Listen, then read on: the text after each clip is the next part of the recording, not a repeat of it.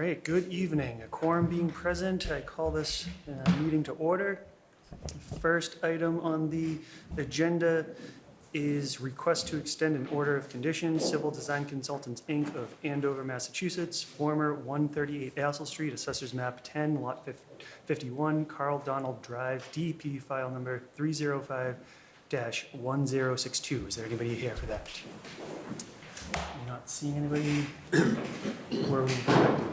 Yes. He's supposed to be here. All right, let's, 1 second. Oh, that's not him. not him, all right. We can move this to the end of the meeting.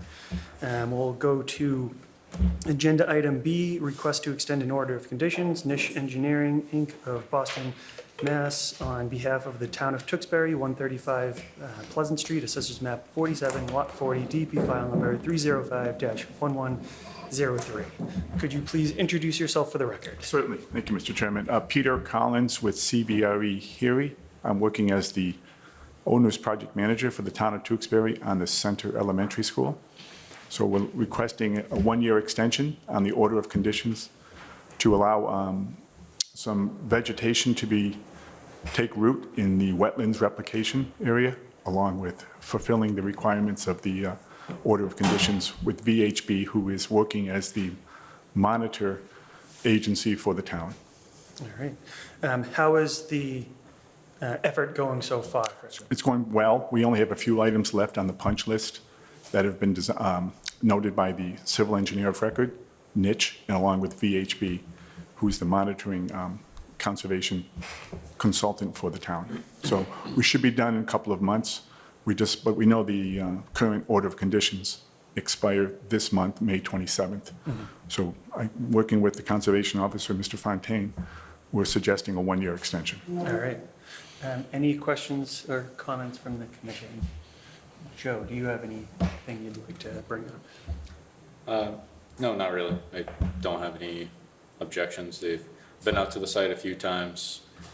Seems like the site is more or less complete. And like the applicant had said, there's just a few punch list items to complete, such as monitoring of the wetland replication area, replacing some of the wetland shrubs as needed, so no issues. All right, if that's the case, could I have a motion to approve the request to extend an order of conditions by 1 year from the original date of expiration? I'll make that motion. I'll make that motion. Could I have a second? Second.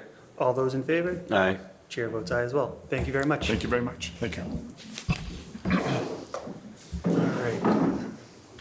Agenda item C, request to extend an order of conditions, Civil Design Consultants, Inc. of Andover, Massachusetts, 1037 North Street, 1547, 1553, 1563 Andover Street, Assessors Map 39, Lot 45, 46, 47, 48, DP file number 305-1077. Could you please introduce yourself for the record? Sure, I'm Mira Cousins with Civil Design Consultants. And what would you like to do today? All right, so I'm here on behalf of the applicant Andover North Estates LLC to request a 2-year extension on the order of conditions for the project. So the construction is still ongoing. Buildings 1, 2, and 5 have been constructed. The foundation for building 4 has been built. The existing house located at the corner of Andover North has not been raised yet, and the contractor is currently in the process of completing the paving of the access drive. So the client made us aware of the May 5th permit expiration date after the last conservation meeting on April 19th. So the permit was still valid when I reached out to Joe on April 21st, explaining the situation. And it was still valid when we submitted the application 2 weeks ago. However, the permit has since lapsed between the time I submitted the application and today. So I'm hoping that the date that the application was filed is the date you take into consideration, and not today. So with that, happy to take any questions. I'm comfortable with that, as long as there's an understanding that, somebody else higher up than us may say, no, that's not allowed, in which case you would have to come back and file a notice of intent. Or Okay. refile, I'm not exactly sure. Anybody else? Does anybody else? Joe, doesn't it have to be 30 days before the order expires? So, yeah, the Wetland Protection Act regulations requires 30 days prior to the expiration date of the order is when the request shall be made, and it's that term shall. So yes, that is the language. So do we have any flexibility to accept this 2-year extension, since it wasn't made 30 days prior? The regulations suggest that Is it it a must be 30 days. Suggest, or is it a shall? It shall. So we don't have any flexibility. Per the WPA, no. So I guess with that language, I have to vote against the extension. All right. So we had filed prior, 30 days prior? so we had reached out to Joe 15 days prior? 15? Yeah, Okay. so. So I'm not quite sure if it's the filing date or if it's the meeting date. I think either way, It's it's the- not it's the- within 30 days. Yeah, it's a request. So it's the request that must be placed 30 days prior. So if the expiration date was May 5th, then the request would have been April 5th. Yeah. All right, well, there's a very small quorum tonight, and if you are, instead of taking a vote, we can continue this and, I guess, give you time to refile. I think that might be the best option.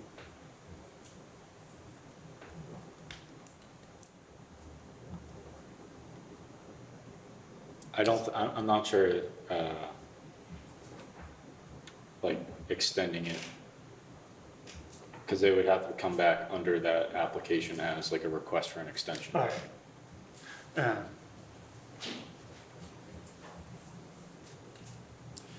Yeah, all right.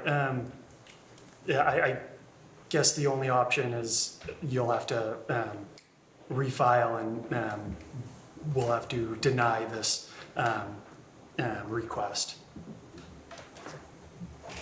All right.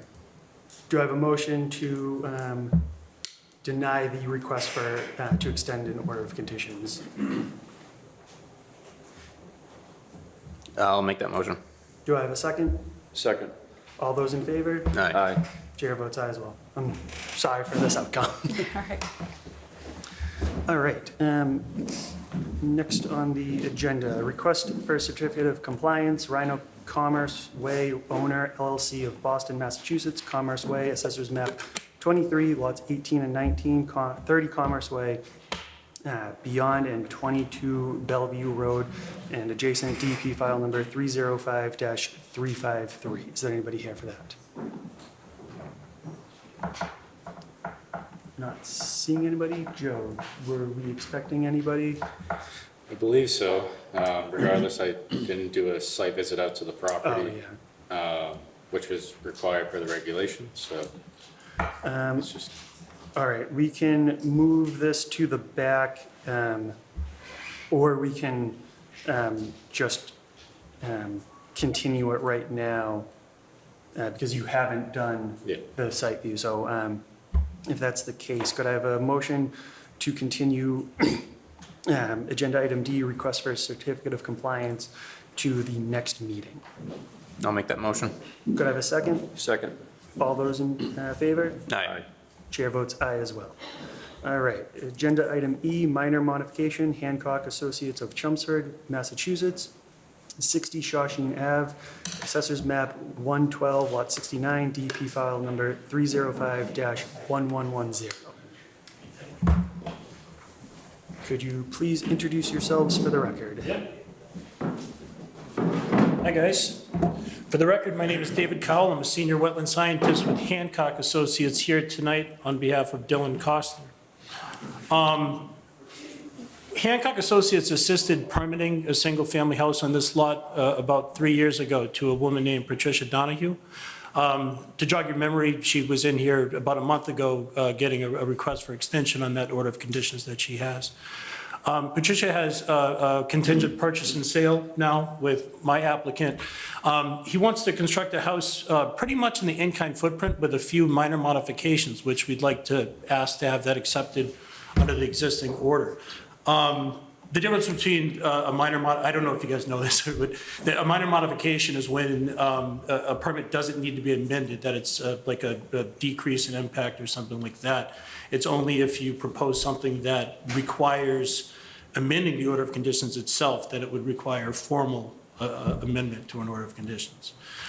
In this case, the house is a reduced footprint from what's existing. It's primarily in-kind footprint. The 2 points of merit that I wanted to point out is that in the prior order of conditions, it had permitted, I think, 592 square feet of impact within the 100-foot no build zone, which was a waiver. In this circumstance, he's still proposing some work, but it's reduced footprint, about half of that. I think I have the calculations tabulated on the plan. So previously, it was permitted 590 square feet of impact within the 50-foot no build. In this circumstance, it's right on the crease of the page. Forgive me, guys. It is 350 square feet, so it's a reduction of about 240 square feet of impact in the 50-foot. And then there's actually a decrease, net decrease in the 100-foot buffer zone as well. Previously, the total 100-foot buffer zone was, I think, 6,470 square feet of impact. In this case, it's only gone down about 20 square feet, but it is a reduction. It doesn't change any of the way that they would approach or construct the house. The foundation and grading all remains the same. And with that, I would turn it over to you guys if you guys have questions for us. Nope, seems pretty standard from my point of view, if anybody on the commission wants. I'm good. Joe, do you have any questions or comments? I don't. I think it's based off what the applicant had said, it's a reduction of impact into our enforce, 25-foot and 50-foot setbacks from the wetland area. So I think it's just about getting this formally approved through the Conservation Commission as the site plan to go forward. So I think that's it. All right. If that's the case, could I have a motion to approve the minor modification for DP file number 305-1110? I'll make that motion. Could I have a second? Second. All those in favor? Aye. Chair votes aye as well. Thank you very much. Thank you very much. Joe, let me know if you need any formal print plans or anything. And of Okay. course, this will just become the plan of record under the department. Yep. All right, thank you, guys. All right, thank you. All right. Agenda item F, public hearing, request for determination of applicability, Pan Am Railways, Inc., Pan Am Railways right-of-way, 1 Railroad Street, Assessors Map 11, Lot 1. Could you please introduce yourself for the record? Good evening. My name's Keith Morris, consultant for Pan Am Railways. Every 5 years, when we update their vegetation management plan, we're required to file an RDA with each community for verification of the wetland boundaries along their rights-of-way for the eventual herbicide application. And this is all mandated by the Department of Food and Agricultural Pesticide regulations. And essentially, what we're doing is verification of no spray zones. And what that basically is any wetlands or resource areas within 10 feet of the spray zone that starts a no spray. So the approved marking systems from the Department of Agricultural Resources it's not a traditional delineation where we actually flag the wetland and go out. It's a marking system where we actually paint the ties. So what happens is you'll be along the tracks, the tie will be painted blue, and then immediately next to it will be a yellow tie. What that means is there's a resource area within 10 feet of the spray pattern. The spray pattern is essentially the ballast area, the stone area. So as you go into that yellow zone, you can't apply any herbicides. So in the case of Tewksbury, there's a couple stretches where it goes like that for 100 feet. Then the wetland boundary will end or tail away from the tracks. So you'd have a yellow tie and a blue tie. And so then you could start spraying again. So essentially between the two yellow ties, you can't spray. And so there's no reason to like delineate in between that because all we need to know is that it's within 10 feet and we can't spray that. So it's kind of a little different system, and it's all mandated by, as I said, the Department of Agricultural Resources. So I went out and remarked the no spray zones, which are essentially the same for the last 20-some odd years, and I did send Joe some pictures. Can we just pause for one moment? I'm gonna Sure. close these doors, 'cause I can't hear. Thank you.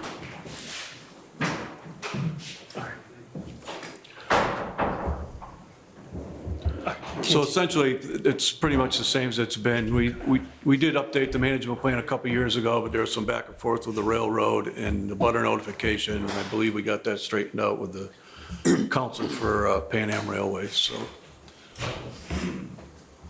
that's basically it. Have we figured out the abutter notification? My understanding is that no abutters have been notified about this project. I would defer to, part of my application is a letter from the council, from Robert Burns, saying they were exempt from that, because the whole process is mandated by the Federal Railroad Administration. So they sent in a letter feeling that they're exempt from the butter notification and actually for the actual spraying, but obviously they want to comply with the Wetlands Protection Act. Just, yeah, I feel like we've gone through this before where there's I claiming know, there's no notification, a butter notification, but there is an RDA, which seems odd that you would be required to do one part of it, but not the full part, and Yeah, a that's- pretty minor part of it at that. that's, yeah, I've been doing this for like 25 years, and I guess it must be part of your bylaw now that it's a butter notification, because it hasn't been in the past, but I would defer to their counsel at the railroad. All right, any other questions from the commission? Nope, I'm good. Joe, do you have any questions or comments? I guess my comments are just regarding a butter notification.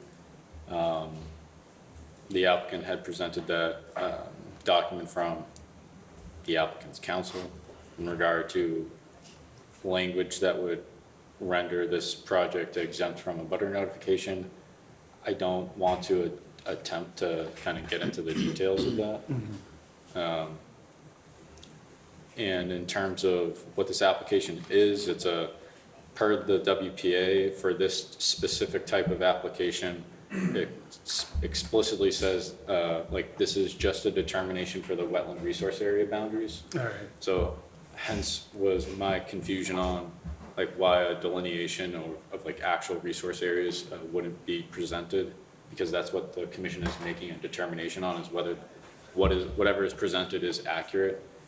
However, I understand the historical part of how it's done as far as like the 10-foot setback. So If I could just, a little more information is, when they do the application, it's basically a huge tanker truck that rides right on the high rail, and I'm with them with these maps to point out the no spray zones. The other thing is, say there's a wetland area that ends, so you can spray, but if there's beaver activity, it's flooded and it extends another 20 feet, we can't spray within 10 feet of any water, even if it rains the night before along the tracks.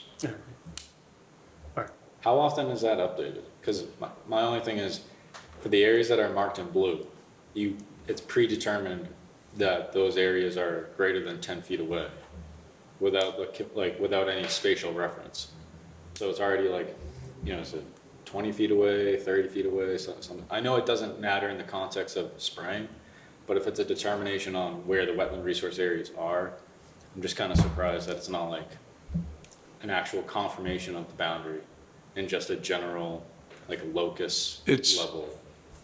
It's, no matter what information provided, because I know there's a lot of commissions say, what about the mass mapper that tells you that it doesn't matter what the resource area is, all that matters for this application is that you can't spray within 10 feet. So that's marked out in the field.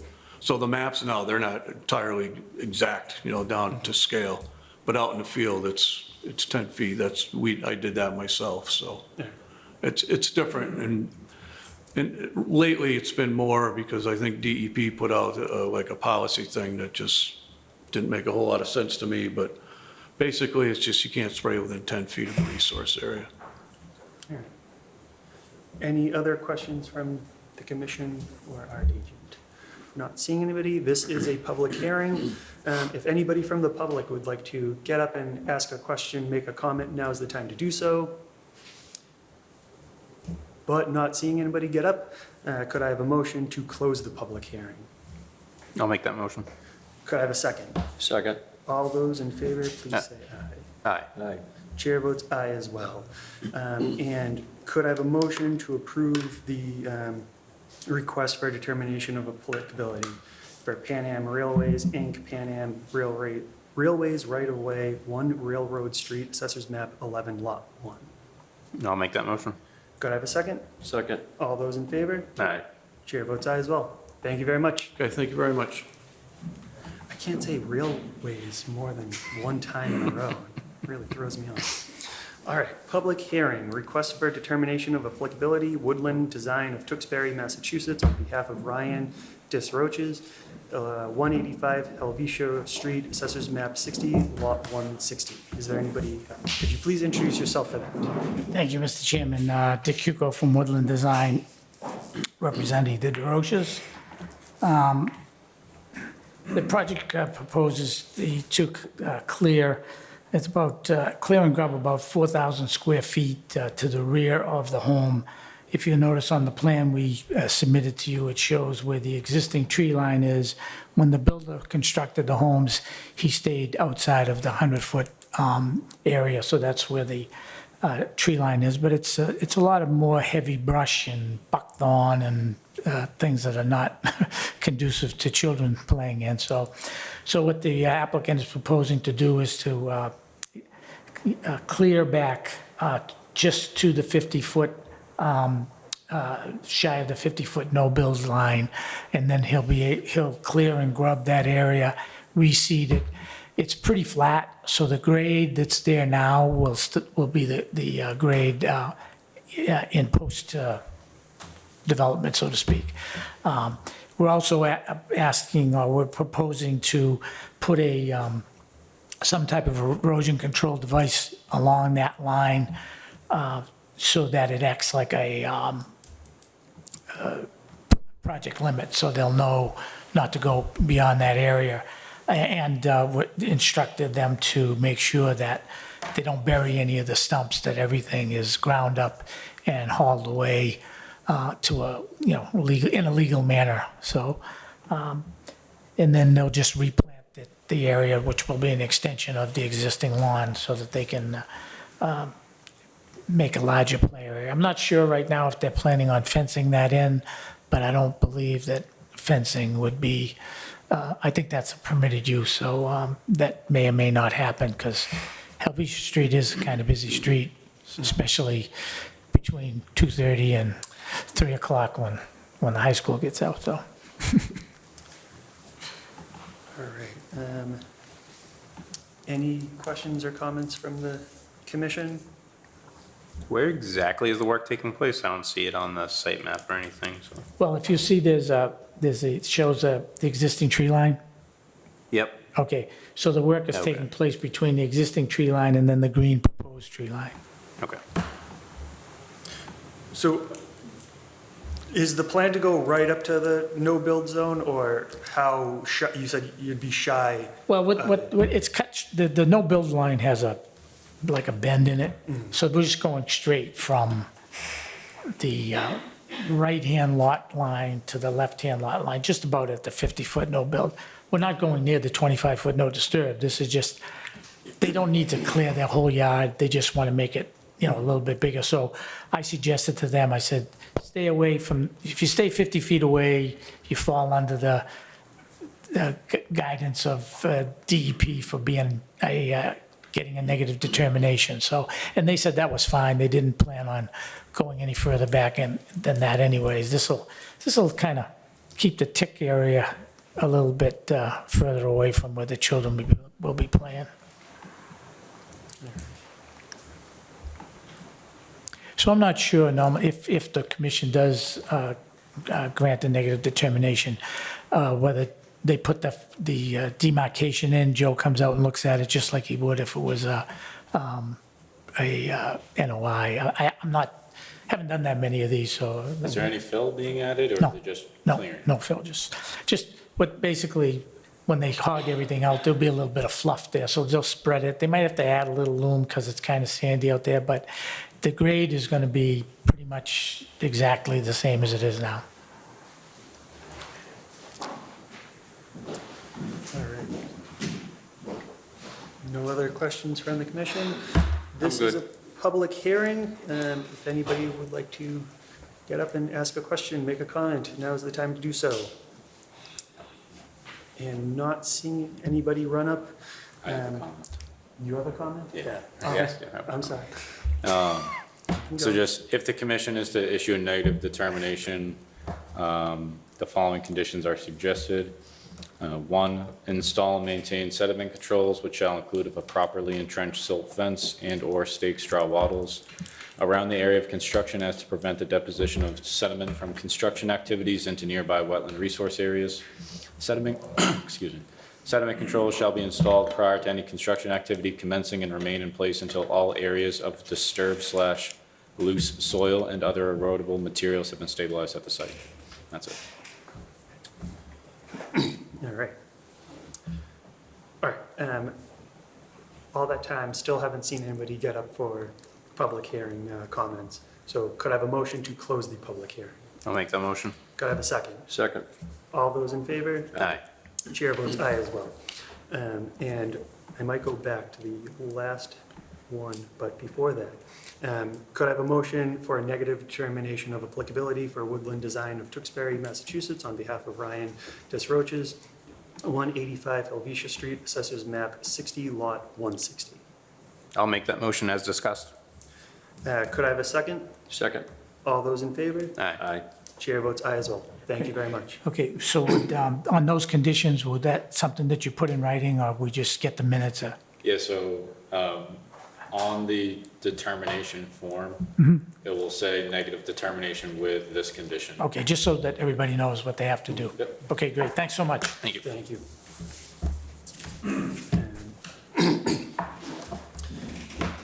And he already left, but I did not take a negative determination for Pan Am. I just, You said approved, or not? yeah. So actually, that's the right language, because you're theoretically approving of the. All right, Yeah, cool. it would be a Then, positive determination, but approved is. All right. similar. all right, then never mind. We will continue on to agenda item H.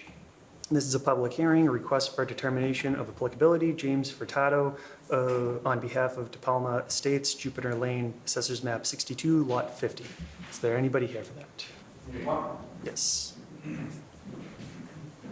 Could you please introduce yourselves for the record? Sure. My name is James Furtado. I am the president and chairman of De Palma Estates in Tewksbury.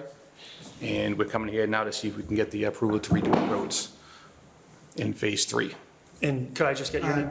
Jim Chaccio, I'm on the board too, at Palmer Estates. And what is it you plan on doing? We're just redoing our roads in Phase 3. The back half of our development, I had it on the site map. It's only the back half where it comes down the straightaway and it goes, loops around Phase 3 and then goes into our parking lot where the clubhouse is. All right. We have 3 phases in our complex. We're just doing Phase 3 for now. That's, yeah, Phase 3 is the last The very one. back half, yes. Yeah, it's furthest away from Mill Street. All right. Does anybody on the commission have any questions or comments? Where are the wetlands? All around. I just don't see a site map with anything, so. It's like, I have one here if you want to look at one. there's I a, have that. Oh, It just okay. doesn't depict the It's all- wetlands and the boundaries, or if it's applicable even for this instance. it's at the rear of everyone's property. Unfortunately, yeah. So, yeah, it's just based off aerial imagery. It's within 100 feet. Which I already discussed with the company that's doing that paving. They're gonna put all those hay bales that you call all around the outside edges and put all the silk mesh all inside the drains and do all that stuff. It's all in my contract that I got from them. if you guys need to look at it or not. That's what I was more interested in. Yeah. Whether there's gonna be silt sacks placed in, where the erosion control is going. Are you doing mill and overlay? Is this brand new pavement? We're What's gonna the actually do plan full that we're doing? pulverization this time because when we did our roads a few years back, we didn't go all the way down, we just kind of like just milled it. Yep. And the whole road just started cracking within like, not even 7 years now. So when I had this guy come in, he gave me what he told me was if you do what you did the last time, you'll be spending more money again, another 5 to 7 years, because we have a lot of traffic in there, trash trucks, delivery drivers, that kind of stuff. He said, so I would recommend just pulverizing the whole thing and going down and then do like, a nice top coat of like 2.5 to 3 inches of our top coat. And that will take care of all the cracking in the future, because it's getting very expensive on us. The second time in almost 10 years, so it's costing us a fortune. All right. Any other questions from the commission? When are you gonna start this? Right now, I have a start date, obviously, depending on what you guys vote on, is supposed to be May 30th. But, I mean, obviously, I can start maybe the first week of June if possible, but that's why we had to come here today and try to get this on the paper, on the books for you guys by the 10th. But I just had the guy just put me in on the books from the 30th because they're getting really busy right now. So I've been starting this process since like April. And I've been trying to get everything, all my ducks in a row here. But I wasn't the chairman last time we did this, so I didn't know what we had to do until I spoke to Joe. Then I got a whole book full of stuff I had to do. So I've been trying to get it all done as fast as we possibly can. So hopefully I get everything done in time. All right. Joe, do you have any questions or comments? Nope. Or I do, but the project is pretty straightforward, just paving. Like I said, the wetlands are at the rear of everyone's property. It's in a probably like 70 to 100 feet. The roadways, or most of the roadway to those wetlands. So if the commission were to issue a negative determination, the following conditions are suggested. Number 1, install and maintain sediment controls, which shall include a properly entrenched silt fence and/or stake straw wattles around the area of construction as to prevent the deposition of sediment from construction activities into nearby wetland resource areas. Sediment controls shall remain in place until all areas of disturbed/loose soil and other erodible materials have been stabilized at the site.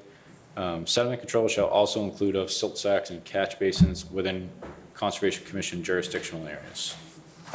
Number 2, prior to any construction activity commencing, the following must be completed. Sediment control shall be installed by the applicant or an agent of the applicant, and the conservation agent shall inspect and approve of the installed sediment controls. And I guess now that I'm thinking about it, number 1, for the silt fence and the straw wattles, that's kind of as needed. I think some portions of the roadway are kind of like maybe right up against the wetlands more Our closely. parking lot area is the closest. Yeah, so I don't think, for example, it'd be necessary to do anything, like when there's a house in between the Like from roadway. basically from like here over here. They Yeah. said they'll put them up anyway, it's in my contract, but they said Okay. right about here, where the parking lot goes into our clubhouse parking lot, that's where it's like the closest. You're probably maybe like 20 feet or something like that. Okay, But so- you're right, the other side's maybe like 70 feet from way behind people's houses. If it's in the we'll just keep it simple. Yeah, I told them to put up anyway, I don't want to have any problems, just put it all Okay. around, it's not a big deal for me. All right, that And works. obviously all the catch basins will all have those silk, Okay. what we call silk linings in them and everything, and it's right here in my contract. Okay, sounds good. The only other suggestion that I would make is any loose debris, any loose pavement that comes off be taken off site and not just swept into the wetlands Yep, or into the lawns. exactly, yep. Everything's be taken off site. Yes. All right. Once again, this is a public hearing. If there's anybody from the public who would like to get up and ask a question or comment, now's the time to do so.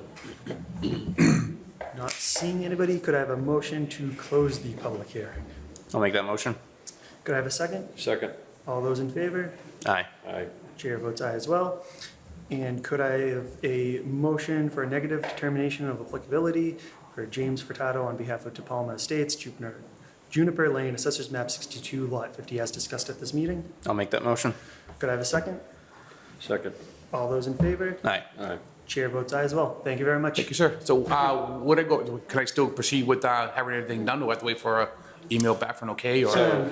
Yeah, so within 3 business days, I issue the permit. Okay, There is a 10-day appeal period from the date of issuance.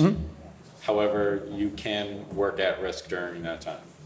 I mean, like I said, we have plenty of time. We have till the end of the month, but I just wanted to ask before Yeah. the guy calls me tomorrow and says, you know, we Sure. start ordering your stuff and getting stuff ready. I wanted to say Okay. yes or no. I'll wait to hear back from you, Joe. Okay. Thank you, guys. Thank you.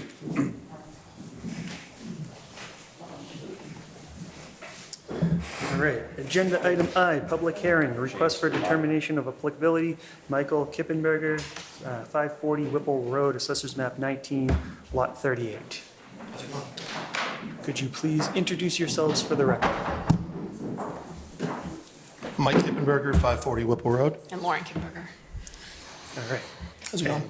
I think we're pretty familiar with the details, but could you please explain what you're planning on doing? Yeah, so what I've been doing is, the last couple years or so, I've been getting a lot of runoff from the street of Whipple Road. There's been water main breaks, and the berm of my driveway was letting all the runoff from the whole of Whipple Road come down in my backyard.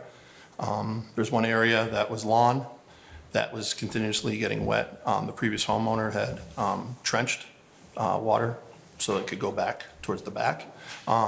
In doing that, it helps move the water.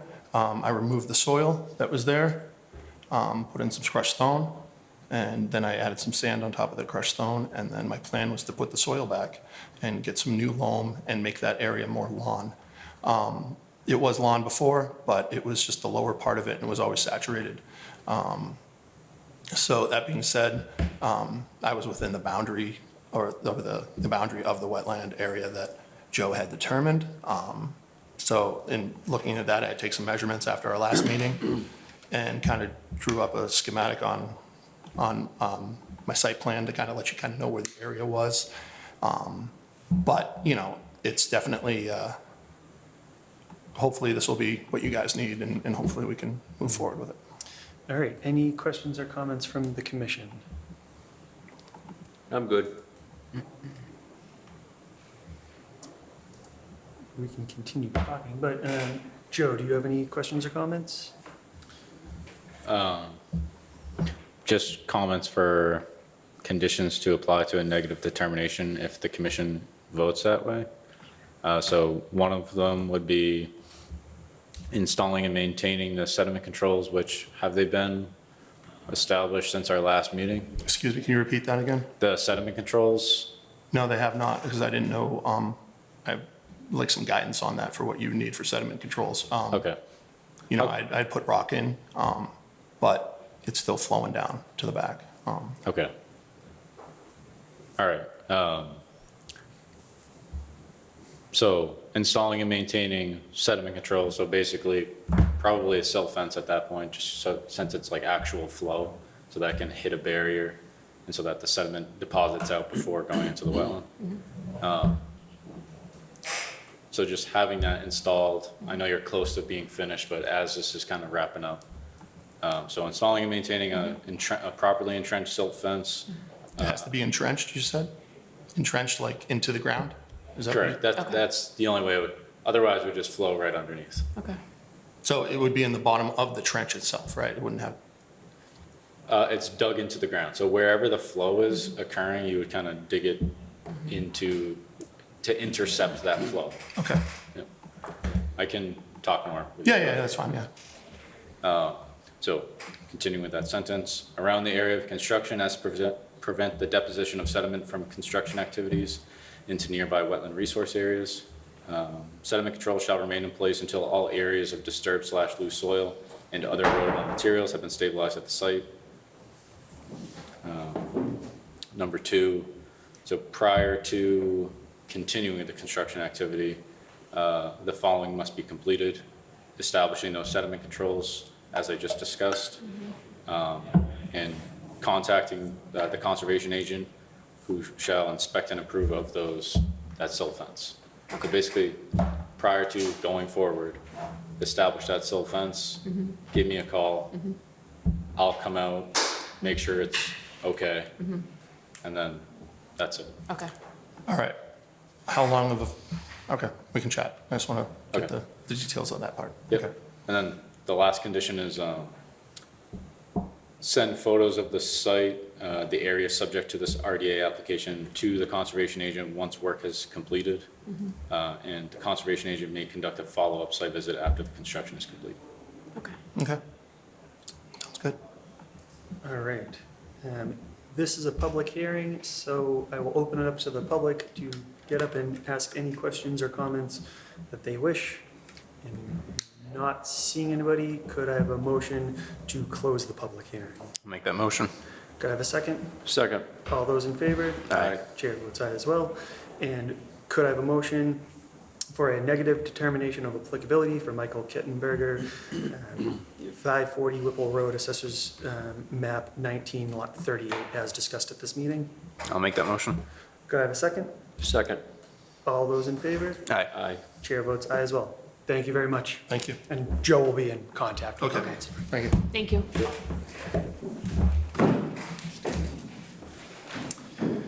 All right. Agenda item J, public hearing, request for determination of applicability, Civil Design Consultants, Inc. of Andover, Massachusetts, on behalf of Plaza Alfresca LLC, CO Mark Elgwin, Tewksbury, Massachusetts, 1768 Main Street, assesses map 85, lot 5. Could you please introduce yourself for the record? For the record, I'm Mira Cousins with Civil Design Consultants. And what is the plan for today? Yeah, so I'm here on behalf of the applicant, Plaza Alfresca LLC, for a request of determination of applicability. So the owner wants to repave the entire parking lot. A portion of the existing parking lot is located within a 100-foot wetland buffer zone to a BBW. No additional pavement is proposed. Erosion controls are shown on the plan, which will be installed along the perimeter of the pavement area. So based on this minor activity, we're hoping that the commission issues a negative determination of applicability for the project. All right. Any questions or comments from the commission? Do you want to voice any concerns? Oh, okay.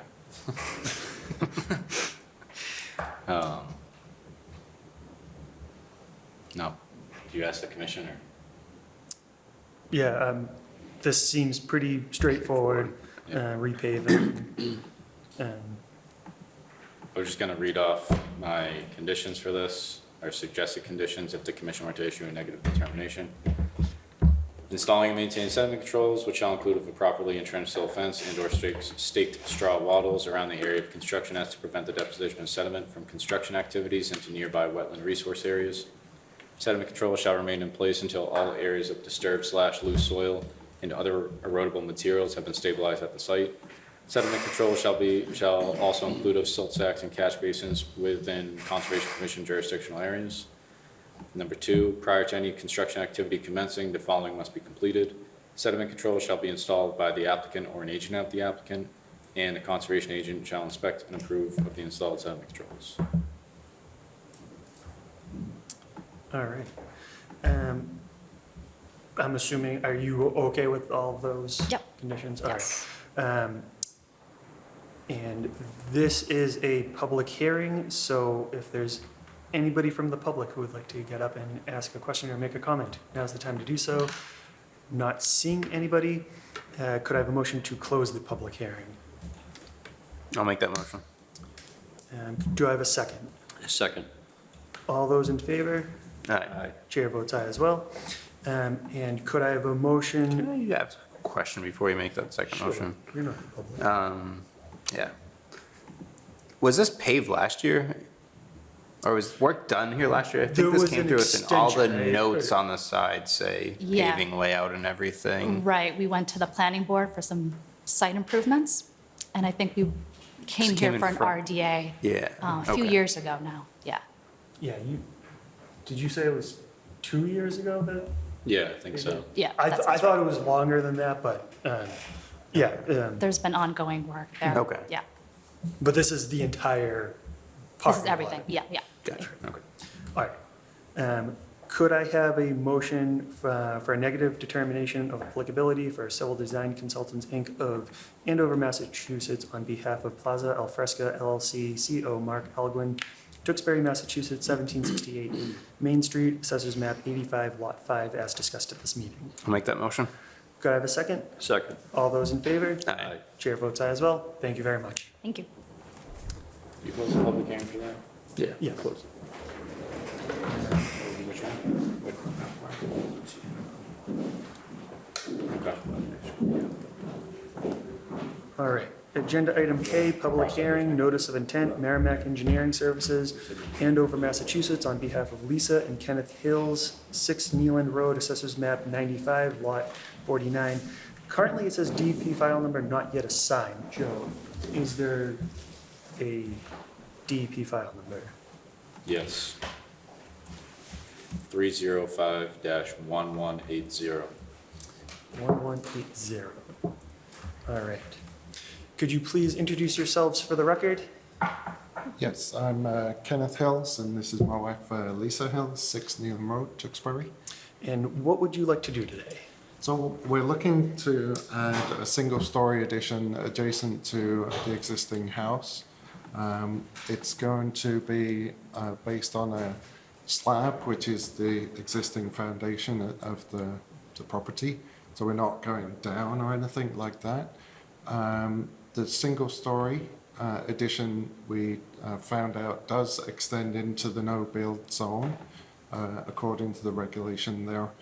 So we're actually looking for a waiver to permit the build. On discovering that it extended into the no-build zone, I would like to draw your attention to the fact that the extension does not extend beyond the existing house addition. It will include removing a shed that does project beyond the extended line there. The plans, or the plan filed with this application, shows the sediment controls that we intend to put in place during construction, and all construction will take place from the road, which is at the front of the house. There's no planned activity to go beyond the end line of the house, so to speak. So everything will come in through the front driveway access. The wetland extends only in the back of the house. So I'm a little confused. You are extending the foundation of the house, or you're just building upwards? No, so the addition is proposed on to the side of the existing house. So, but it will be on a slab foundation, not an excavated foundation. All right. Any questions or comments from the commission? Not hearing any. Joe, do you have any questions or comments? So This. my comments are related to demonstration of compliance with the 50-foot no-build zone. So my comment is, like, there needs to be some reasoning behind whether a waiver is granted or not for the 50-foot no-build zone. In our bylaw, there is some criteria that you can try to meet or quantify. For example, you are allowed to encroach structures, such as an addition or a home, 10% of the space that constitutes the no-build zone. So, like, for example, are you at that 10% threshold? Is this like, can you justify, whether this is like a hardship? There needs to be some sort of reasoning for the commission in order to give a waiver. It's not just simply, it is discretionary based off of their interpretation of the bylaw. It's not just, yeah, we like these people, we're gonna give them a waiver. If that makes sense. And so I did forward this information on to the engineer who submitted the application as well. I did get the letter, I believe was from both of you, asking for the waiver, but didn't substantiate, compliance with the bylaw. So I guess, I don't know if the commission has comments on that either, but. I agree with that. I think we need a little bit of more information about the calculation within, if it's 10%, if it's larger than 10%, why it has to be done this way on your property. The other questions I have based off your site plan is the sheds that are there. It looks like one shed's within the proposed store. Is that getting demoed? Yes. Is that new shed getting built on the side? Does the pool already exist too? Yes. Okay. So the shed on the side exists as well, or is that going to be a new shed? That's new, So you're going to tear down the one shed only? the one shed only, yeah. Okay. So I guess that calculation for the 10% within the 50-foot no build would be ideal, and then we can kind of reasons why it has to go where it is and why it can't be pushed in a direction outside of the 50-foot would be needed for me. The only reason we're talking about that is because that is the end of where it is now. There was an extension put on, I don't know when, before we moved in there. And so that's where we're building from, across. So that's where that, I don't know if that's exactly 10%. It's about 10 feet back, I think, from where it should be. But that's where we're going from there exactly, and then a couple feet out from the front of the house. Yeah. And then is that patio being built too that's depicted on the site plan, or is that already existing? That's an existing patio. Okay. So I guess I would recommend coming back for the next meeting with some more information as far as providing a better argument for why that waiver should be granted. Perhaps talking with your engineer to maybe do those spatial calculations on the plan. Yeah, either prove that it's less than the 10% allowable over, into the no-build zone, or reduce the size of the extension so it's under, that would be the two best options. So if you are okay with that, then we can continue this notice intent until either the next meeting or after, whatever is most comfortable with you to consult with everybody you need to consult with, and then come back to us and we'll continue the discussion. Okay. All Yeah, right. next meeting will be fine. What's that? Next meeting will be fine. All right. All right, so in that case, could I have a motion to continue this notice intent, DEP file number 305-1180 to the next meeting? Can I ask a logistical question? Do we have to open up the public hearing, or can we just continue without opening up the public hearing today? So the public hearing has to be opened. I think it's implicit that it's open once the project is announced.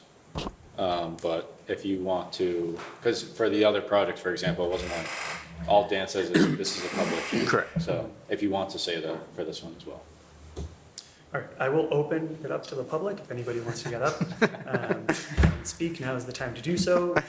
I will not be closing the public hearing. You will get a chance to speak on this the next time that this notice of intent is before the commission. But with all that said, could I have a motion to continue the public hearing and notice of intent for DEP file number 305-1180 to the next meeting? I'll make that motion. Could I have a second, please? Second. All those in favor? Aye. Chair votes aye as well. All right, thank you very much.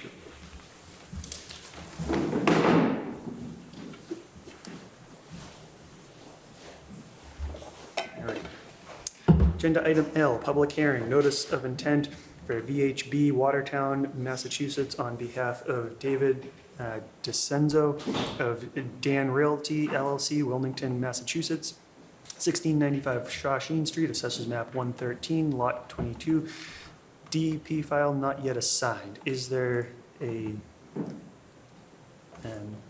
file number assigned yet? Oh, No, No? I just checked. yeah. before All the right. meeting. So Yeah. totally okay to talk about it, but we cannot approve anything today without that number. Oh, that's fine, actually. We weren't expecting to close today anyway, so yeah. I do have a presentation, but I don't know if you want me to plug in, or if you don't want a presentation, it's okay too. Oh, yeah. You can give Yeah, presentation. Yeah, I think Yeah. it's this red cord right there. Okay. That's the HDMI. Yes, the red cord. Got a thumbs up.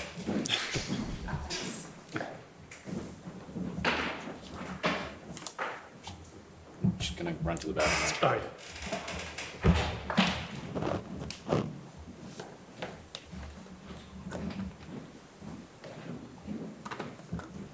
Oh, yes.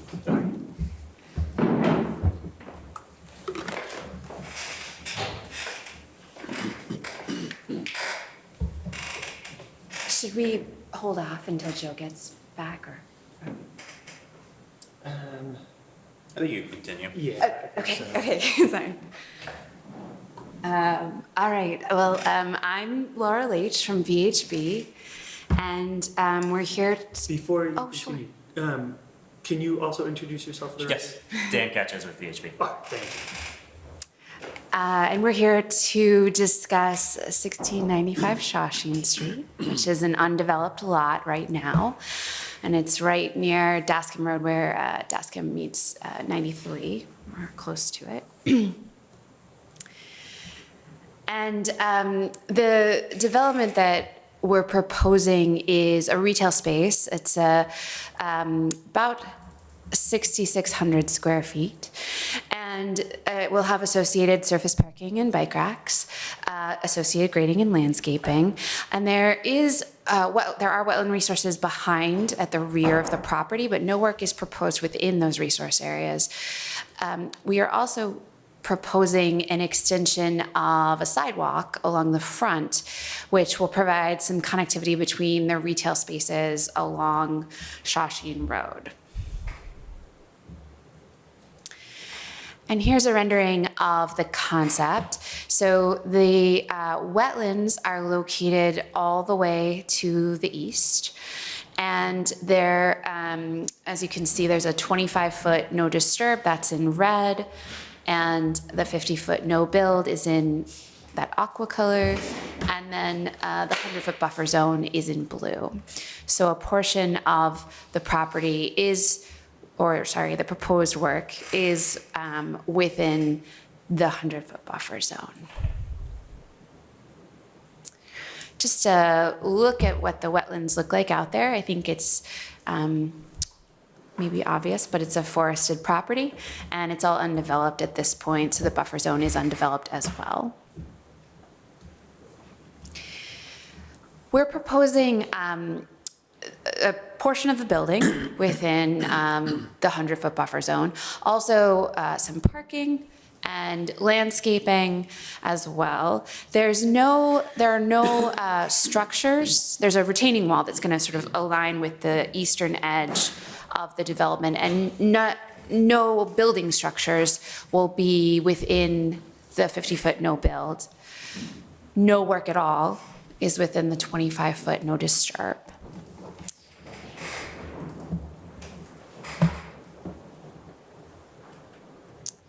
And I'm going to turn over to Dan to talk about the stormwater design. Thanks, Laura. So I understand the commission generally defers to engineering review of the stormwater. I'll just give you a very brief summary of where we are. We have been actively coordinating with engineering, and we've received some review comments. And as a result of those, we're anticipating submitting revised plans back to both planning and conservation, hopefully prior to the next meeting. As part of that, we'll be performing confirmatory test bits Friday to hopefully confirm the conditions that we have based on the 2008 test bits that we've been basing the design on. But in general, the proposed stormwater design fully compliant with Mass DEP and the town bylaw.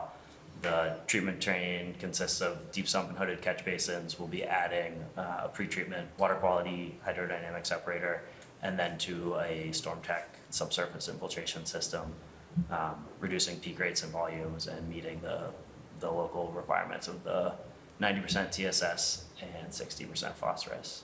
When you say deep sump, are you just saying 4 foot? Yes, standard 4 foot sump. So I think we just want to understand if there's any questions, concerns, comments, understanding we are anticipating resubmitting and coming back. Yeah, and that's what we had to share with you tonight. And knowing that what Dan was saying, we anticipate coming back with any additional, and I guess also the fact that the project is simultaneously with the planning board. So just in case there are changes that come out of that process, we'll wait and we'll keep the hearing open. But we wanted to be here and at least hear your initial reaction or comments tonight, and then hopefully continue for your next meeting. I think my first question is the dumpster in the back. It's very close to the wetlands. How is it, what's being done to prevent any overflow from making its way into the wetlands? Yeah, so, do you want to take that or? Yeah, so that dumpster pad and the pavement will all be pitched out into the, so any runoff from that area will be collected in the catch basins and routed through the treatment drain. So it would only be, the surrounding lawn areas that. Will there be any sort of, I guess there's going to be a large fence there that encloses any Correct. dumpsters? Yep, yes, it'll be enclosed, so Okay. a wooden enclosure. And I'll say one thing too. When I looked at this, I had the same question.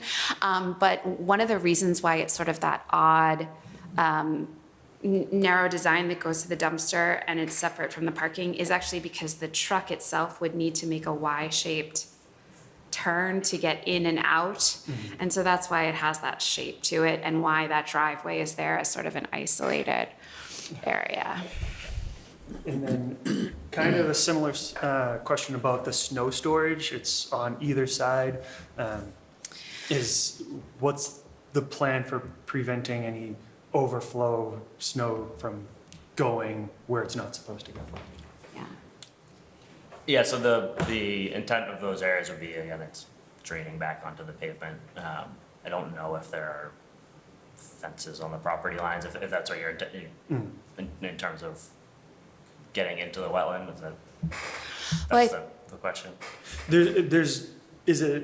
What's going to be the barriers? Is there going to be a wall of some sort? Is there going to be just a fence? Or is it going to be best practices of not plowing snow too far into, where it's not supposed to be? Yeah, so on the page north and south, there is a wall on the north side, you can see there, so that would have a retaining wall and fence that would kind of act as that barrier. I don't believe we have one on the south side. No, but what about the one in the middle?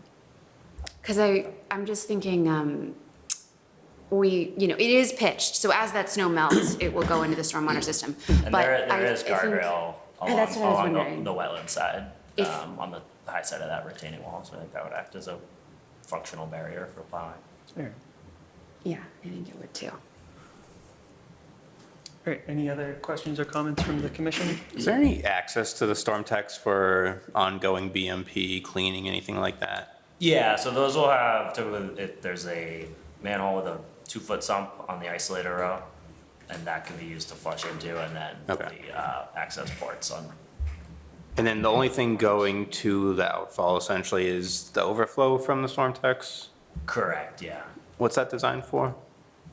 The overflow? I don't know offhand, I can that's get fine. that answer for you, but I think we're anticipating nice sandy soil, so there's quite a bit of infiltration. All right, any other questions, or Joe, would you like to speak on this? No, I don't really have any comments at this time. I don't have anything to add.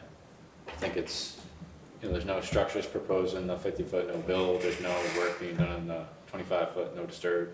So I think it's just about conditioning the project so that it implements construction best management practices.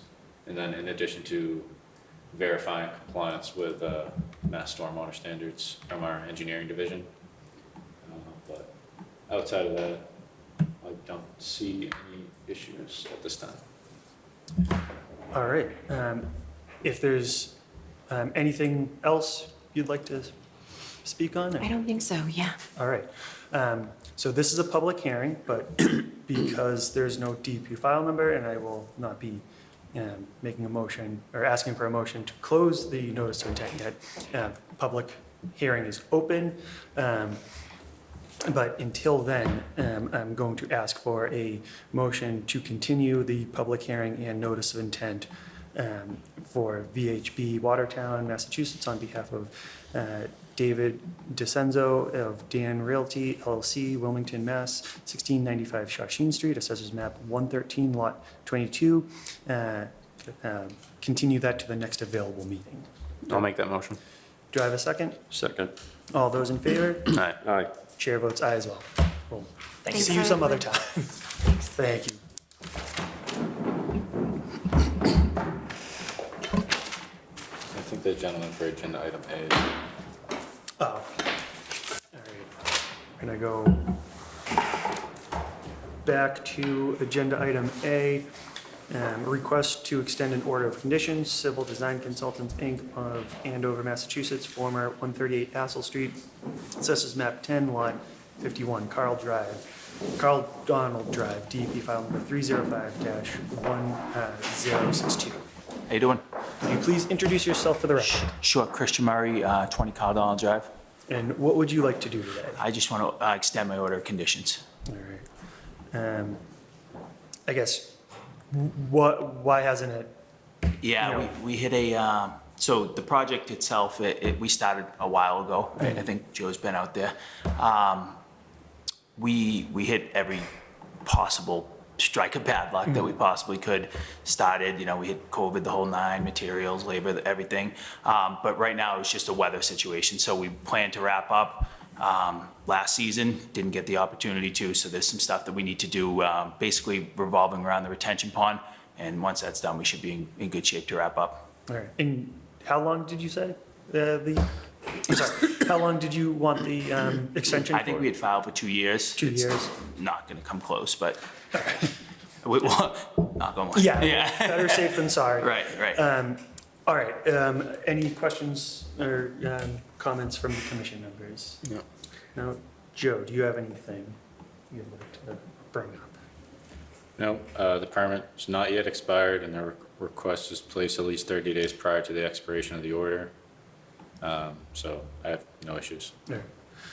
In that case, could I have a motion to extend an order of conditions for Civil Design Consultants, Inc. of Andover, Massachusetts, former 138 Hassel Street, assessors map 10, lot 51, Carl Donald Drive, DP file number 305-1062, extend the order of conditions to, by 2 years from the original date of expiration. Is that a 1-year extension? Did they file one? I'm sorry. Yeah, I might have That's what mistaken. the letter says. Okay. Apologies, yeah. So, That's all right, correct, we'll yeah. Go for 1 year. That's fine, So- yeah. Like I said, it shouldn't even come close to that, but yeah, one's fine. All right, so could I have a motion to extend the order of conditions by 1 year from the original date of expiration? I'll make that motion. Could I have a second, please? Second. All those in favor? Aye. Chair votes aye as well. Thank you very much. Appreciate it. Joe, I'll see you soon. All right, sounds good. We were at N, right?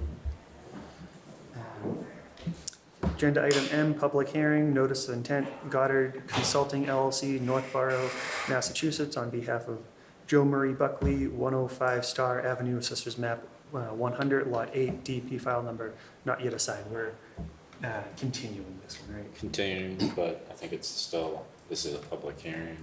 Oh, all right. Yeah, that's- This is a public hearing. If anybody wants to get up and speak, now's the time to do so. But you will have an additional opportunity at a following meeting. Could I have a motion to continue the public hearing and notice of intent to the next available meeting? I'll make that motion. Do I have a second? Second. All those in favor? Aye. Chair votes aye as well. All right. Agenda item N, emergency certification, Martell Service and tree removal of Billerica, 36 Cottage Street, assessors map 94, lot 331. Joe, could you fill us in on the details for that? Yep, so this is several trees identified by the homeowner. I went out, did a site visit.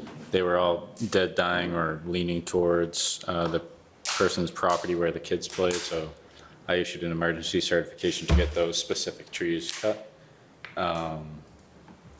With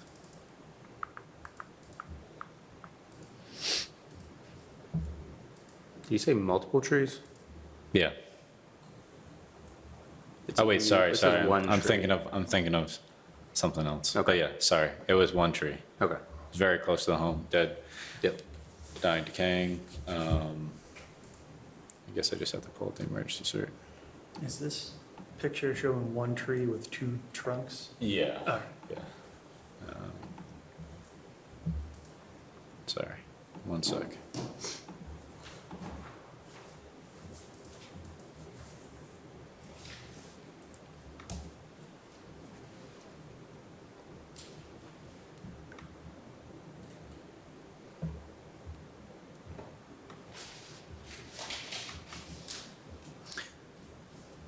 So the emergency certification was issued with the following conditions. Number one, the tree subject to this emergency certification shall be cut at the main stump. No stump grinding is allowed. Number two, all tree debris shall be taken off-site and properly disposed of. Number three, any heavy machinery used for the tree removal shall be appropriately staged in an upland area.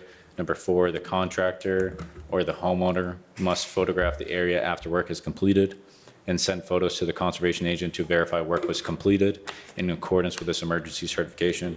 I'll note that that condition was satisfied already. All right. If there are no questions or comments from the commission, could I have a motion to ratify the emergency certification for Martel Crane Service and Tree Removal of Lorca, MA, 36 Cottage Street, Assessment Map 94, Lot 331? I'll make that motion. Could I have a second? Second. All those in favor? Aye. Aye. Chair votes aye as well. All right, agenda item O, emergency certification, B&P Tree Service of Medford, Massachusetts, 2 Terramore Drive, this is map 32, lot 69.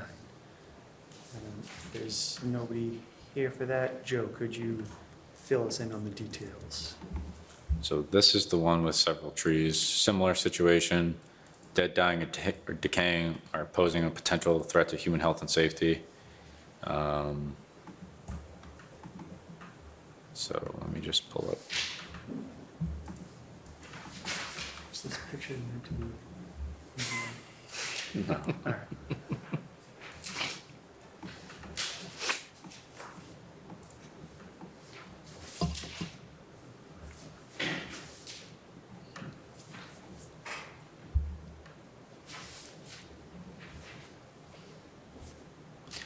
So the emergency certification was issued with the following conditions. The tree subject to this emergency certification shall be cut at the main stump.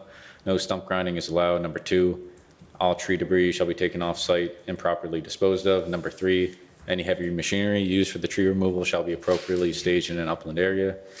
And number four, the contractor performing the work or the homeowner must photograph the area after work has completed and send said photos to the conservation agent to verify work was completed in accordance with this emergency certification. All right, there's no questions or comments from the commission. Could I have a motion to ratify the emergency certification for B&P Tree Service of Medford, Mass, 2 Terramore Drive, Assessors Map 32, Lot 69? I'll make that motion. Could I have a second? Second. All those in favor? Aye. Chair votes aye as well. Agenda item P, emergency certification, Beaver Solutions LLC of Southampton, Massachusetts, on behalf of Apex Companies LLC of South Windsor, Connecticut, 333 Main Street, Assessors Map 10, Lot 72. There's nobody here for that. Joe, could you fill us in on the details? Yep, so this is an emergency certification issued for a beaver dam problem causing high water levels in residential areas, which was just submerging some trees that were located close to dwellings. So the emergency, so the health department issued their own emergency permit, so I followed it up with my own as well, because it was deemed a threat to human health and safety. So the emergency certification was issued with the following conditions.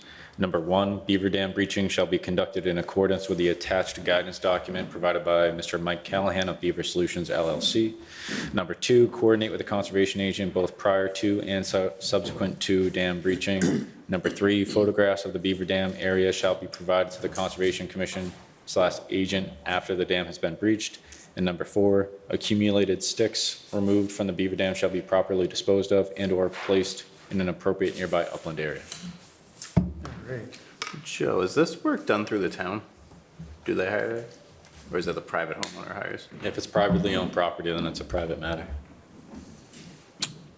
We're just the permitting issuing authority though. Do you suggest, not, I don't know how large of a company Beaver Solutions LLC is, but do you ever suggest beaver deceivers to be installed when doing this work? I think that would cause additional permitting and stuff, but are they aware of that option? Yeah, so this is, so sorry, I think, the work to be permitted is to breach the beaver dam and repair an existing about 12-inch diameter pond leveler pipe, so it's already there. Oh, I'm sorry. They're doing, no, that's my fault, I didn't mention it. So they're repairing an existing pipe that's already there. They're breaching the dam, which is supposed to be 2 feet wide and 2 feet in depth, and they're also doing trapping. All right. So that's a permitted activity. All right. If anybody from the commission has any questions or comments, if not, could I have a motion to ratify the emergency certification for Beaver Solutions LLC of Southampton, Massachusetts on behalf of Apex Companies LLC of South Windsor, Connecticut, 333 Main Street, Assessors Map 10, Lot 72. I'll make that motion. Could I have a second? Second. All those in favor? Aye. Chair votes aye as well. All right, and now for agenda item Q, enforcement order, Kevin O'Brien of O'Brien Homes, Inc., Andover, Massachusetts, Foster Lane, and map 24, lot 26. Mr. Chairman, I gotta step down. All right, so that's totally fine. I think we can still discuss it, and then we'll have to continue and. Yeah, no problem. All right, so this is an enforcement order. Can you introduce yourself for the record and explain what's happening on? Good evening, my name is Kevin O'Brien from O'Brien Homes. I am the owner of the property at Foster Lane in North Tewksbury. We had a little problem with some erosion out there on the site. Joe and I have been out there a couple of different times meeting. The area that we had the problems was right here on the bend on the road. I know you've got pictures that Joe gave you. What he and I talked about out in the field was I think we should leave it alone for the time being and not take the material out of there. The water and the mud came up to the top of the siltation fence and has gone over a little bit. I think it would be wiser to let it dry and then take it all out at the same time and restore the silt fence and the wattles that are existing. All right. And we'll take everything out at the same time. That way it'll be hard. We can cut the silt fence, pull it in at the same time with the machine, put the new stuff up. The next item after that, I don't want to go back out, as the board may remember when I got this order of conditions back, I think in October or November. I said I was going to do this in 2 pieces. This is the road right here. Came up to the wetland, so we cleared this area for access to the lot. Up to this point right here has silt fence and erosion control all the way up Foster Lane. What we discussed is I was going to do it in 2 pieces. I was going to clean that, get the silt fence and everything put up, then go out and clear the trees out in the back, not take the stumps out, and then put the erosion control out there. We've taken the trees down, we've taken all the branches out, all the logs are out. They had to be, that's why this corner was so bad, because we had to walk them out. We couldn't get anybody in there with a chipper. So we had to bring them out further out here. And so what I'm suggesting again with regards to the corner is let that dry. What I'd like to do, Mr. Chairman, is give you pictures of what it looks like out back. Thank you. Thanks. Top 2 pictures are looking at the property from over here, this way.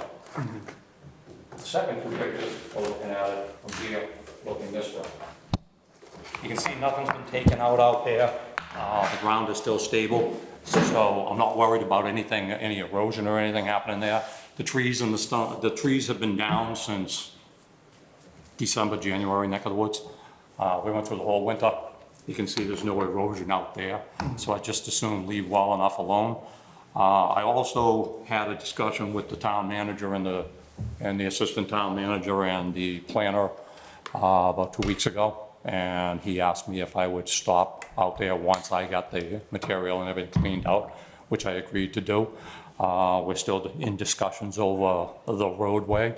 And he asked if I would do that, he would set up a meeting with my attorney, the town's attorney, and the Jimmy Andela's attorney, Mr. Plunkett. I don't know if that's been done yet, but that's what I agreed to do. I'm sure he won't have a problem if I go in and see him and say, I just have to clean up 30 feet of silt fence at some point. Joe and I asked Joe the other day when he was out there if I could take a look at it on a periodic basis, maybe once a week, and just see if it's stiffening up. If it is, I will have him come out and see what I'm gonna do, have S&M Farms come out, and I'll pull the material out with my machine and have S&M Farms put the sulfation back up again.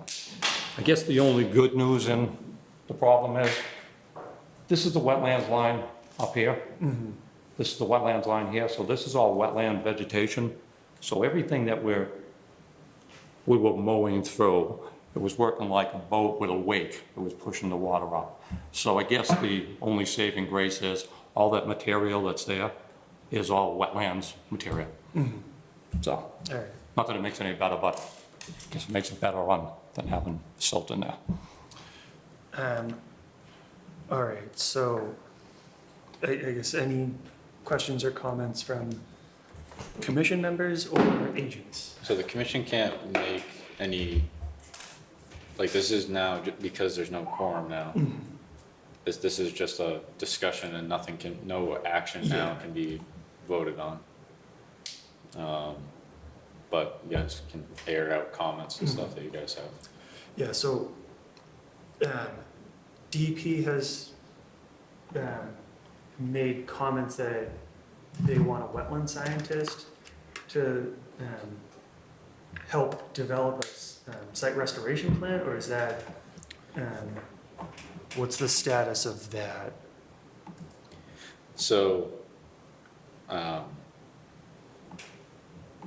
gonna back up and just kind of go over the enforcement order that was issued.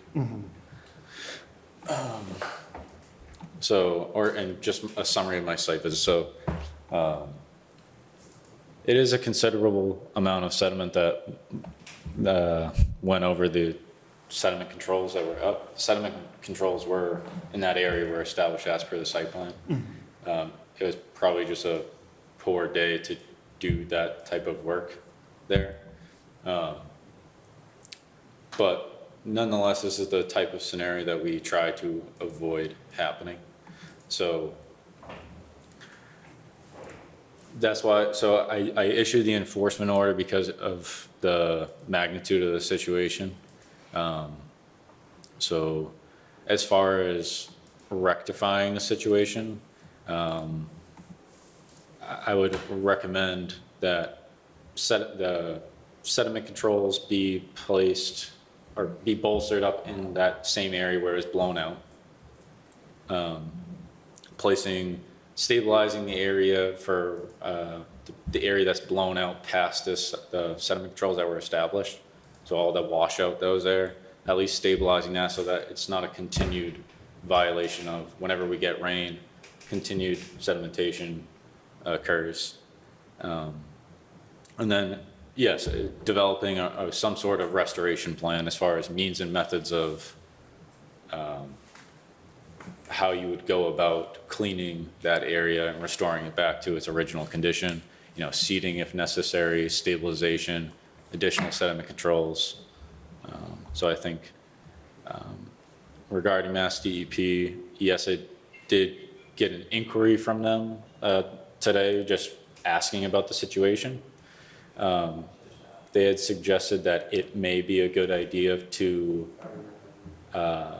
have a wetland scientist assist the violator in developing the restoration plan in addition to implementation. So overseeing, like, scraping up of the material, application of the seed, so having them on site to make those calls rather than me, because I can't always be out there to make the determination. And I like that idea. I guess it seems, I agree that like some sort of site restoration plan has to be created to restore this area. It seems a little silly to restore it to its original conditions when you're developing this parcel. So like, is it return it to a dirt road, or is it return it to seeding? I don't think that's, you know, it seems right now that the goal would be to stabilize the ground and bring it back to where. I think right now, what we have out there is when we went out there the other day, the road is not, the water that comes down there now is not going out, it's puddling in the middle on the roadway, right here. The material that went over the hay bales or the silt fence is fines. It's not like it's deep, correct? You were walking through it, you were trudging through it. Probably have 3 or 4 inches of, on the back side of the erosion control of silty loam. What we talked about is when we go out there, what might make sense, and I think it probably makes sense, I'll have Maureen from Norris, you know, do that with me, but we go out there with the excavator with a flat bucket and pull the material in instead of taking teeth and trying to drag it, and then we're gonna be disturbing what's there. Doesn't make sense. I thought what Joe said the other day, you know, putting some seed back out there makes sense, not just leaving it to do its own thing. I certainly don't have a problem doing that. But I don't have a problem even having Maureen go out there and look at it and give a recommendation, and she be part of that work when it's done. You know, I'll of course let Joe know, and if he wants to find time in the day to come out there, that's wonderful. If not, we'll have Maureen. And So yeah, I just want to jump in real quick. So as far as like so the nature of the sedimentation is the deepest parts were right past the sediment controls that were established. And in those areas, it was probably about 8 inches deep. up on the backside of the silt Yeah. fence. So it basically starts off thick, like 8 inches or so. That's an approximation. And So then- 8 inches. Yeah, so then as it goes towards the wetlands, it tapers off. And so where it tapers off, the mud that is accumulated is kind of like in the interstices of like hummocks of the wetlands. So it's not like covering vegetation, but it's like in between the plants. So in those areas, it may make more sense to do some sort of seeding to bring that area back up, because the sedimentation isn't quite significant. You can try to rake it out perhaps and then do the seeding. But in the areas where it's thick, that's something that you can actually take out. Take the machine and So- take it out. Yeah, so that would be something to consider in the restoration plan. So can I And so have- then in regard to the rest of the sediment controls, it would be my recommendation to have just the rest of those sediment controls established, regardless of whether its current condition, just so that everything has some sort of protection, if no work is gonna be done for a while, or if something happens. Well, that's and therein lies the problem. We don't, if we have to get in there, as you and I walked in there the other day, it's still, I mean, we can look at that. I certainly don't have a problem because it's part of my order of conditions, but if we look at it in a week or 2 or 3 or 4 and it's stiffened up and S&M can go in there with their scooters and what they use, sure, I'll do that. And so this is all provided, as always, with, you know, any sort of type of work that it's, you know, provided that there's appropriate permissions from whatever property owners you have to do the work wherever the violation has occurred. So can I understand, make sure I understand, you got a call to come out there, so you came out, and I don't have a problem with that. Did you call DEP or did somebody else call DEP? I did not call DEP. Yeah, I didn't think so. Wonder who, Jim? Anyway, With that, we can't even vote to continue this, so I guess it's gonna be left out in the open. I'm not exactly sure. We don't have a quorum right now, so this is currently just a discussion. But essentially, we're going to continue this meeting, or will be, we'll pick up this discussion hopefully with a quorum next meeting. And we can, continue working on the best course of action. I think, Mr. Chairman, and I think that what's out there now is not going to get any worse. You can agree or disagree with me. So I don't think it's imperative that we go out there today and dig this stuff out. Quite frankly, if we start digging it out and pulling the silt fence out, it's all loose. It's going to even want to slide more into it, so. I mean, ideally, I think it would be good to have it stabilized in some capacity. I don't think like the sedimentation, I would definitely get it stabilized. I think that would be, because we don't know if it's gonna get worse. Right. Yeah, I mean, all it takes is another heavy rainstorm. Not that we've had any. Best week to do that. Yeah. All right, so I guess, I think that's it for tonight. So, yeah, we'll plan on continuing this discussion next meeting. Sure. All right. Between now and the next meeting, I'll have Maureen from North go out there and give you a write-up on what she thinks would be the appropriate way to handle it. That way you'll have something to discuss at the next meeting. So technically, I guess for right now, it's not like you guys are telling, like, it can't be like a decision made. No, we're not making any decisions right now. It's, Oh, I understood that. yeah. So I'm not, I guess I can't stop you from doing anything. I can't enforce you to do anything either right now. But, to me, it makes sense to stabilize what's currently there and start looking at a restoration plan. We'll have that hopefully by the next meeting. The plan. All right. Thank you. I guess Thank you. we'll see you next meeting.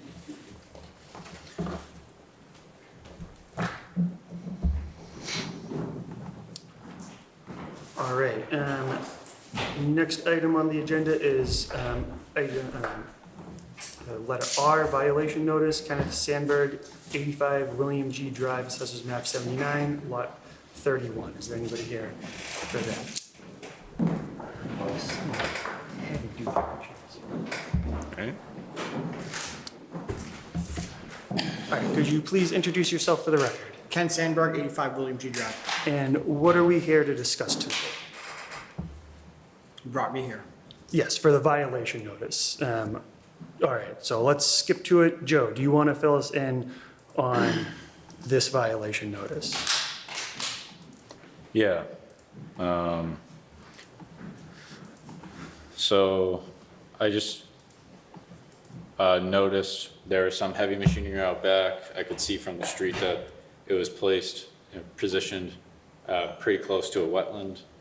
And then upon entering the site, there were some trees down, and it looked like some tree clearing activity had occurred just based off of what I saw. So hence why I issued the violation notice, because it was unpermitted tree clearing activity. Although, do you want a chance to speak on it? That's storm debris. Over the years, it's developed over in that spot. It's storm debris. It was haphazardly, there were big chunks of trees crisscrossing over each other. My kids are out there playing. It was unstable. I've been managing it as best as I could over the years. If you got those photos. Yeah, four photos. So Mr. Fontaine came to my property unannounced. He claimed that I was clearing trees. I denied that. I said to dispel his concerns. I brought him back there, showed him what I had going on. If you notice in those photos, there's no fresh sawdust. Those are pine trees. So those pine trees, when they hit the ground, they make a huge debris. It's a mess. There's no raw, cutting. And I've been trying to manage those big chunks of wood as best as I could. I had block and tackle, trying to move them, to get them out of the way, to stabilize them. I brought in some equipment to help me just get it done. And Mr. Fontaine said stop. I stopped, got rid of the equipment, and that's where we are. All right, so you're claiming it's storm debris. Yep, you can go in my yard right now, there's 2 trees that are totem poles. One's about 40 or 50 feet tall, no top. Another one's about 60 feet tall, no top. There's another group of trees, it's the kind of trees where it sprouts up and then it turns into 2 trees. One tree's still there, the other tree fell. So if I was clearing trees, wouldn't I cut both of them down? And then there's another tree where it's 3 trees in one, and only one of the 3 fell. So, I mean, the picture I'm looking at right now, it's very clear that somebody cut these, they're, you know. Yeah, to shorten them up. To shorten them up. Yes. All right, so. So how tall were the trees that you cut? They were comparable to the rest that were still standing. So like 40, 50 feet? No, taller than that. Okay, so you, I don't have a, you know, I'm not measuring it, I don't know how to measure it, but I would imagine they're probably 60-foot tall trees, 70 feet maybe. They're big pine trees that have fallen over the years. so And there's a lot of rot in that, so they just been piling on top of each other. were they standing when you were doing whatever activity? Were the trees standing? No. Were any part of the tree, the trees, There's one tree that, you know, I will clean up the stump, it snaps, I clean it up so there's no jagged edges for my kids to stand on. So you're saying these trees have, if I'm hearing you correctly, you're saying these trees have fallen over? And then I tried to point into the rest of the wooded area where you could see there's several storm damaged trees that are not on my property. I haven't touched, there was a couple of big trees leaning. It's just, I don't know if that's just prone for that. because my point is basically, the pictures we have in front of us right now, it looks, based on the ends of the tree, it looks like it was cut down with some sort of chainsaw. That's what you use when you clear debris, right? Chainsaw, so shoulder lengths. But if the tree has already fallen down, why would you cut the ends off? I guess I'm asking. Okay, what ends are you talking about? The trees at some point were cut, there's a flat edge on the end of it. Yeah, I neatened up the stump, so it wouldn't have jagged spikes coming out. So there's a pile of trees, it's the stumps and the trunks. It look like it's a clear line.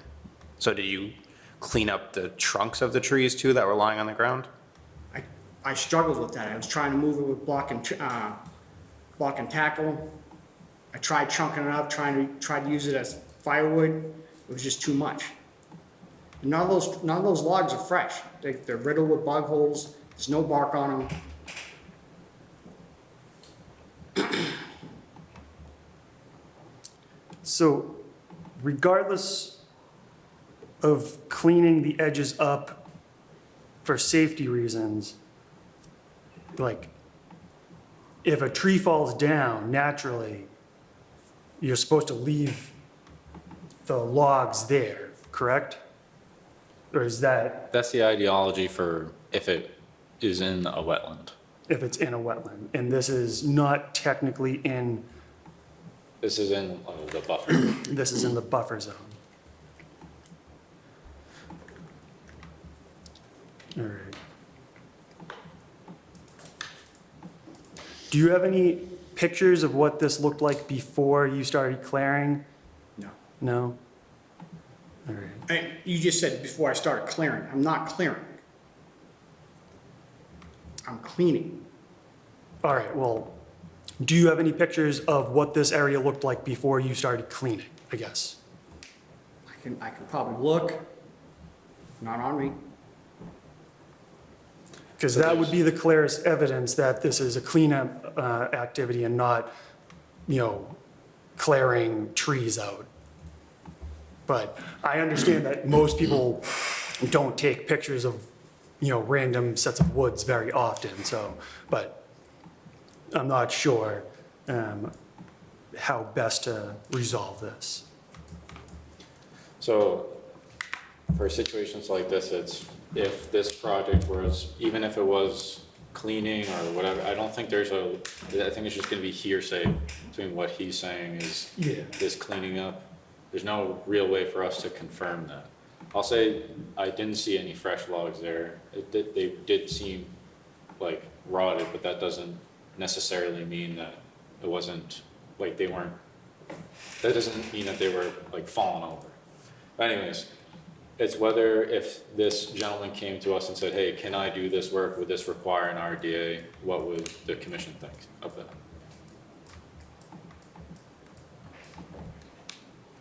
Do you have any idea of where the buffers are? The buffer zone would be? Like how close this activity was to wetlands? Yes. Portions were within 25, some definitely within 100. I think within 25, bringing heavy machinery on it would require an RDA. Yeah. In my opinion.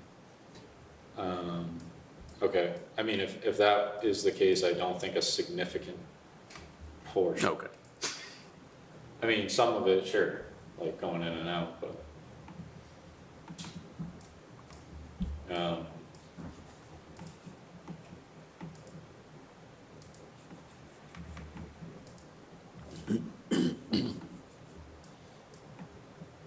But how does the commission feel? How close do you think to the wetlands this area, this activity is? Portions within 25, but, you know, extends all the way up to about 100 feet.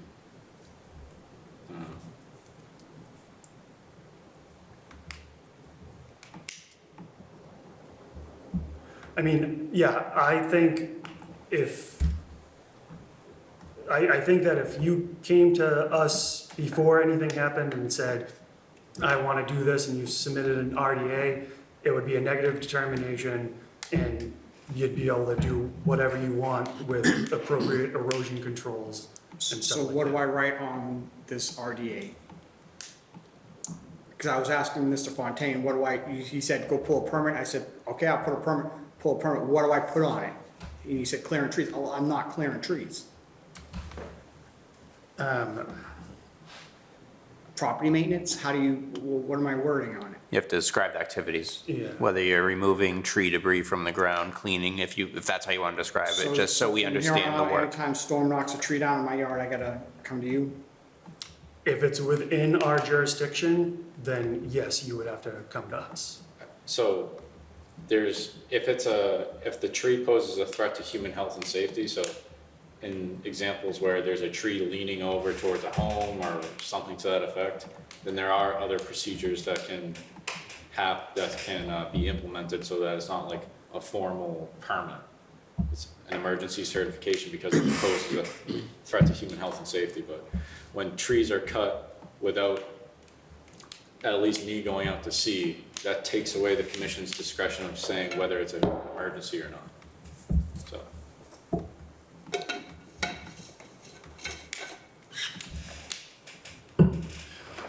All right,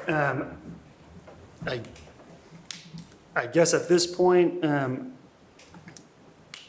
should we recommend that he submits a RDA for this activity? And I mean, whether it's tree clearing or cleaning, like, I'm not gonna get held up on the semantics of that. Like, there's a bunch of trees down and you wanna move them out, describe that activity. And I would be surprised if anybody on the commission had any issues with that.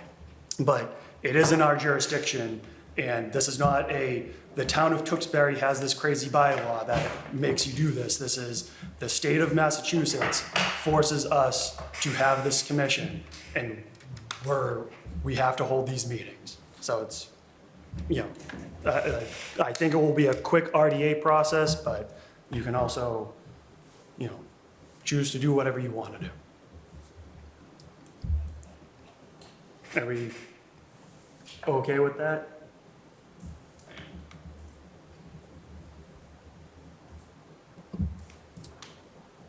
Are you okay with that?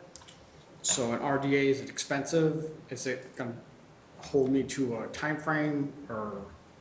I don't know the exact filing fees for that. So all in all, it is a public hearing as you've been exposed to now. So all in all, it's about $300. All right. I'll have to consider that. All right. Well, thank you for coming. Thank you. And hopefully we'll see you at a meeting.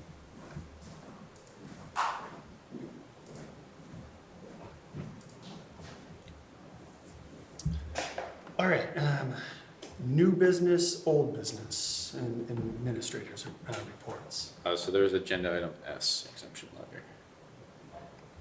Oh, yeah. Agenda item S, exemption letter, National Grid Highland View Road. So this is just National Grid doing some routine maintenance. Actually, let me pull it up.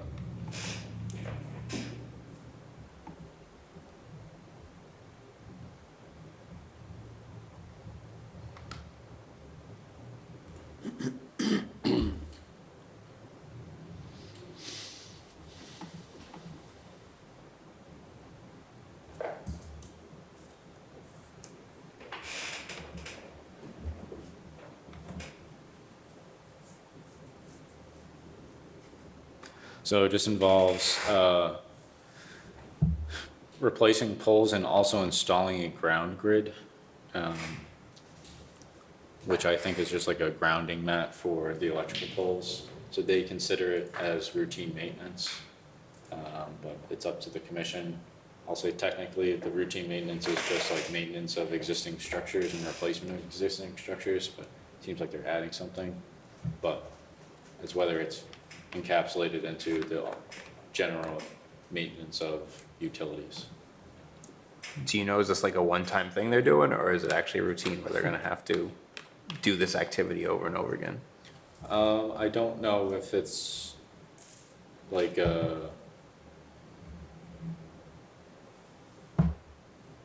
this is going to be a recurring theme. I'll say that the WPA does specifically call out this as like a separate exemption, which our bylaw doesn't have, as like the installation of a grounding mat. So it's really up to the commission if they think that this should be considered just general maintenance, or that it should be a permanent activity because our bylaw doesn't have that exemption, but the WPA does. Yeah, I think the part two is substantially changing or enlarging existing lawfully located structures or facilities, which doesn't seem like this activity is. So I'd be fine with exemption just based off that end of the language. Because replacing is included, and it's not changing drastically.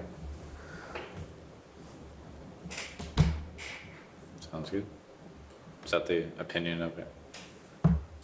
Yeah, I agree with that. Okay. All right. We don't have to vote on No, the exemption? that's fine. All right, and now bylaw regulations and Yep. the mass mosquito. So yeah, we're so proposing potential changes to the wetland protection bylaw and the regulations. So we have some draft documents proposed and like ready for you guys to review again if you want, but basically I just wanted to continue to have this listed on our agendas until next town meeting, where maybe we could get that on the warrant for changes. I guess, like, we've looked at the bylaws, but the rest of the commission is not. Right. I guess we can. It's included in this meet packet, so. We can continue it with it, having it be on the agenda and give both the commission members, like, I haven't read it in a while, so I'm gonna try to give it a good, thorough reading and stuff. But allow everybody to read it and absorb the information, and then, open it up to some sort of public comment or review and stuff. So in general, it's just to make some portions of our bylaw more consistent with the Wetland Protection Act so that we don't have like conflicts sometimes. So for example, the RDAs would no longer require a public hearing. It would be just a public meeting because that's all that's required under the Wetland Protection Act of the state. Including more exemptions so that we're not, you know, people like the town doing their paving, for example, is not an RDA. So some of the simpler things that require an RDA that kind of just take away time because it's not like the commission historically would not issue a positive determination for like paving of an existing roadway, for example. But still implement some construction best management practices, but and then revisiting like portions of like the no build zone and like how that like, you know, the 10% rule, kind of just redefining some vague language and just restructuring everything in general, just like formatting and stuff. But if anyone has questions, just contact me, please. And then the last thing is Central Mass Mosquito Control Project. So just want to bring this to your guys' attention. They're just doing a project on Roger Street.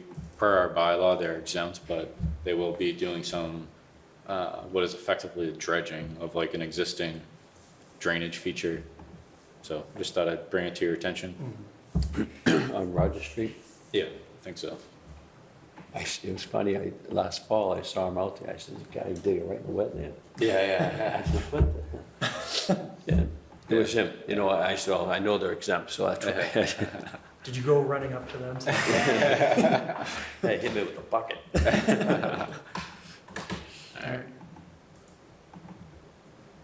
All right, if that's. Oh, sorry, we just didn't have any minutes to approve. Oh, yeah. Address that. No minutes. All right, with that, could I have a motion to adjourn? I'll make that motion. Do I have a second? Second. All those in favor? Aye. Chair votes aye as well. Next meeting is May 24th.